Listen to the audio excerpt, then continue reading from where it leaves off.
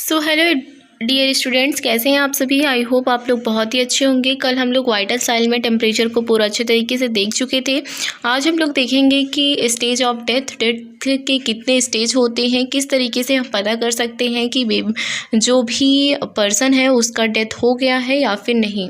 तो सबसे पहले आता है पैलर जिसपे बॉडी जो होती है वो पेनलेस हो जाती है, और ये कब होता है, वो मृत्यु के 15 से 30 मिनट पर स्टार्ट होता है। जो ये पैलर मोराइटिस है, ये स्टेज जो होता है ये इसमें क्या होता है कि बॉडी बिल्कुल पेनलेस हो जाती है। मतलब 15 से 30 मिनट के बाद ये प्रक्रिया स्टार्ट होती है। अगर किसी भी व्यक्ति की मृत्यु हो जाती है तो उसमें जो पेन की स्थिति रहती है वो 15 से 30 मिनट तक स्थिति बरकरार बनी रहती है। लेकिन 15 से 30 मिनट के बाद क्या होता है कि बॉडी में पेन बिल्कुल ख़त्म हो जाता है।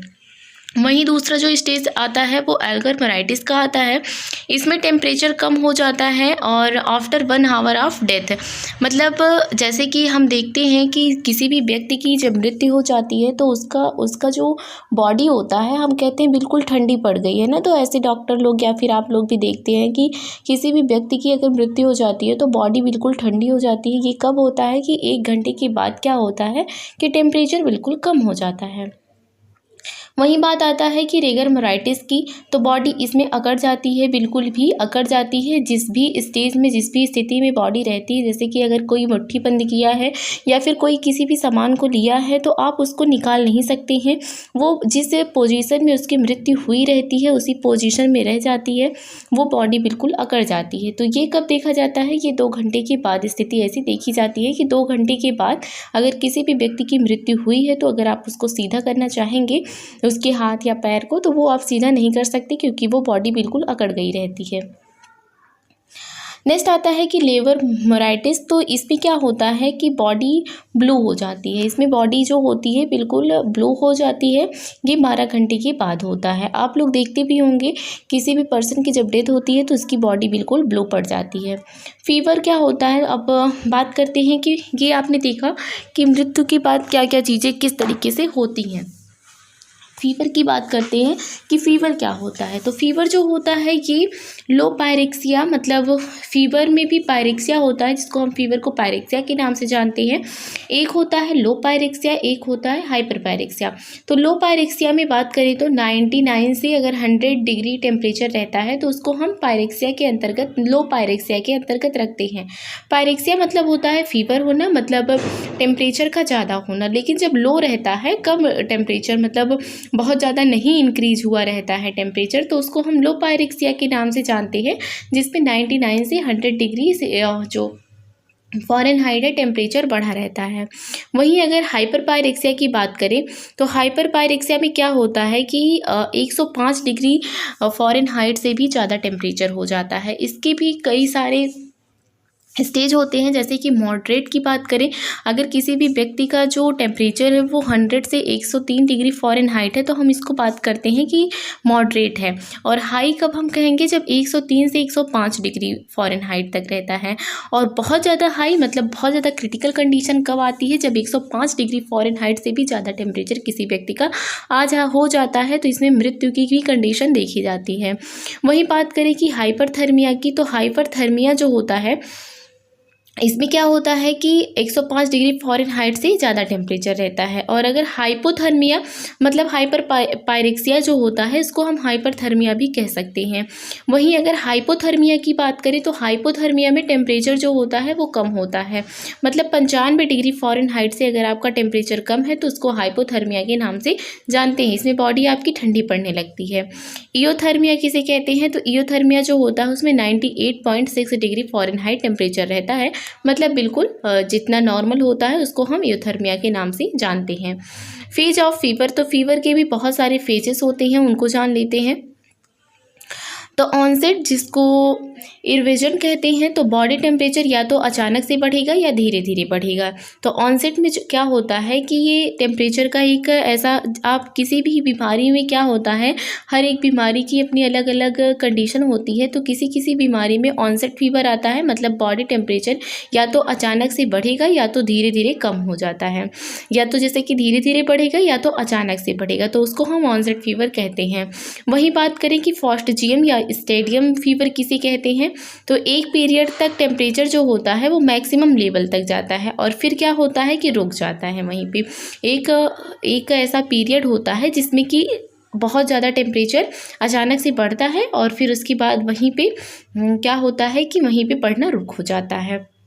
तो ये होता है एक।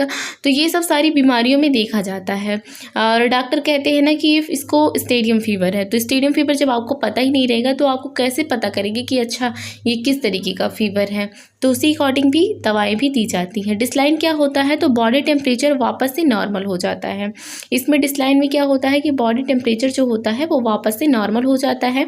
और उसमें भी बात करें तो फर्स्ट जो होता है इसमें क्रिसिस होता है और सेकेंड जो होता है वो लाइसिस होता है। क्रिसिस क्या होता है कि सडनली टेम्परेचर का कम होना क्या कहलाता है कि क्रिसिस कहलाता है। अगर अचानक से बॉडी टेम्परेचर कम हो जाता है तो उसको क्रिसिस कहते हैं। और लाइसिस किसे कहते हैं? धीरे धीरे टेम्परेचर कम होता है, मतलब स्लोली टेम्परेचर अगर डाउन होता है तो उसको हम लाइसिस के नाम से जानते हैं। टाइप्स ऑफ फीवर क्या होते हैं और उसकी बात कर लेते हैं।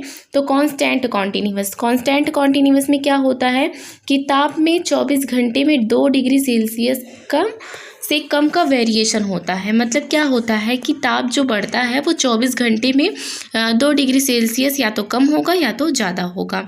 ये किस बीमारी में देखा जाता है? तो ये निमोनिया में देखा जाता है या फिर यूटीआई जिसको यूरिनरी ट्रैक्ट इन्फेक्शन कहते हैं या फिर टाइफाइड बीमारियों में ये देखा जाता है कांस्टेंट वाला। और इसमें क्या होता है? रेमिटिएट फीवर जैसे कि हो गया। दूसरा आता है कि रेमिटिएट फीवर। तो रेमिटिएंट फीवर जो होता है उसमें 24 घंटे में 2 डिग्री सेल्सियस से ज़्यादा का वेरिएशन देखा जाता है। मतलब वेरिएशन मतलब होता है उतार चढ़ाव कि या तो ज़्यादा हो जाएगा या तो कम हो जाएगा। तो ऐसे ही किस बीमारियों में होता है? तो इन्फ्लुएंजा हो गया या एंडोकार्डाइटिस हो गया। तो इन सब बीमारियों में देखा जाता है कि 2 डिग्री सेल्सियस से भी ज़्यादा का वेरिएशन देखा जाता है। वही बात करें कि इंटरमीडिएट फीवर। तो इंटरमीडिएट जो फीवर होता है इसमें क्या होता है कि एक इंटरवल से बॉडी टेम्परेचर बढ़ता है। अच्छा देखिए, फेज जो है वो अलग है और टाइप्स फीवर के वो अलग है, ठीक है।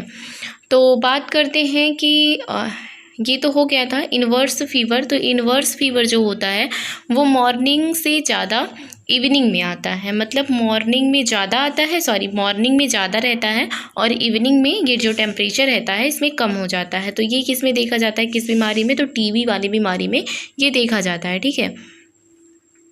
नेक्स्ट बात करते हैं कि सेप्टिक या स्विंगिंग फीवर। तो इसमें क्या होता है कि इन्फेक्शन की वजह से 24 घंटे में 5 डिग्री सेल्सियस से ज़्यादा का वेरिएशन देखा जाता है। तो इसमें 5 डिग्री सेल्सियस का उतार चढ़ाव देखा जाता है। ये इन्फेक्शन की वजह से देखा जाता है। कोई भी जब बीमारी होती है, कोई इन्फेक्शन हो जाता है हमारी बॉडी में, तो इस टाइप का फीवर देखा जाता है।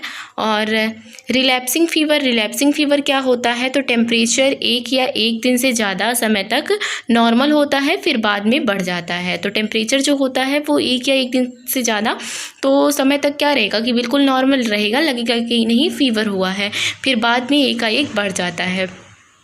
तो अगर इसमें लाइम डिजीज हुई रहती है तो उसमें ये देखा जाता है।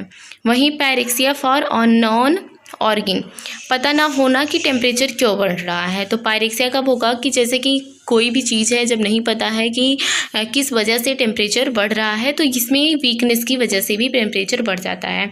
ये सब अगर इस टाइप का टेम्परेचर बढ़ रहा है तो कोई ना कोई बीमारी है। और अगर जैसे कि टेम्परेचर नहीं पता है कि क्यों बढ़ रहा है, कोई भी बीमारी भी नहीं है, तो उसमें क्या होता है कि वीकनेस की वजह से भी, अगर वीकनेस है और आप काफ़ी ज़्यादा काम कर देते हैं, कभी कभी काफ़ी एक्सरसाइज कर देते हैं, तो उसमें भी टेम्परेचर बढ़ जाता है। रिगर क्या होता है? तो अचानक सर्दी लगना। देन क्या होता है कि टेम्परेचर 105 डिग्री फ़ारेनहाइट से ज़्यादा बढ़ जाना। मतलब पहले तो सर्दी लगेगी, फिर उसके बाद क्या होगा कि टेम्परेचर जो होगा वो 105 डिग्री फ़ारेनहाइट से भी ज़्यादा बढ़ जाएगा। इसमें फर्स्ट स्टेज होता है जिसमें कि कोल्ड स्टेज होता है। इसमें ठंडी लगती है व्यक्ति को। ये 30 मिनट प्रति हावर होता है, मतलब 30 मिनट का होता है, सॉरी हावर नहीं है, तो 30 मिनट का ये स्टेज होता है जो फर्स्ट स्टेज होता है। सेकेंड स्टेज जो होता है वो हॉट स्टेज का होता है, मतलब इसमें व्यक्ति को गर्मी लगती है और ये 2 से 6 घंटे का होता है। थर्ड जो स्टेज होता है वो स्वेट स्टेज होता है, मतलब इसमें पसीने आते हैं। ये 2 से 4 घंटे का स्टेज रहता है। तो ये भी होता है, इसको रिगर के नाम से जानते हैं। सो आई होप आप लोगों को ये सब चीज़ें समझ में आई होंगी टेम्परेचर के बारे में। और नेक्स्ट हम बात करेंगे कि ब्लड प्रेशर क्या होता है, ठीक है। सो मिलते हैं नई वीडियो के साथ, तब तक के लिए धन्यवाद।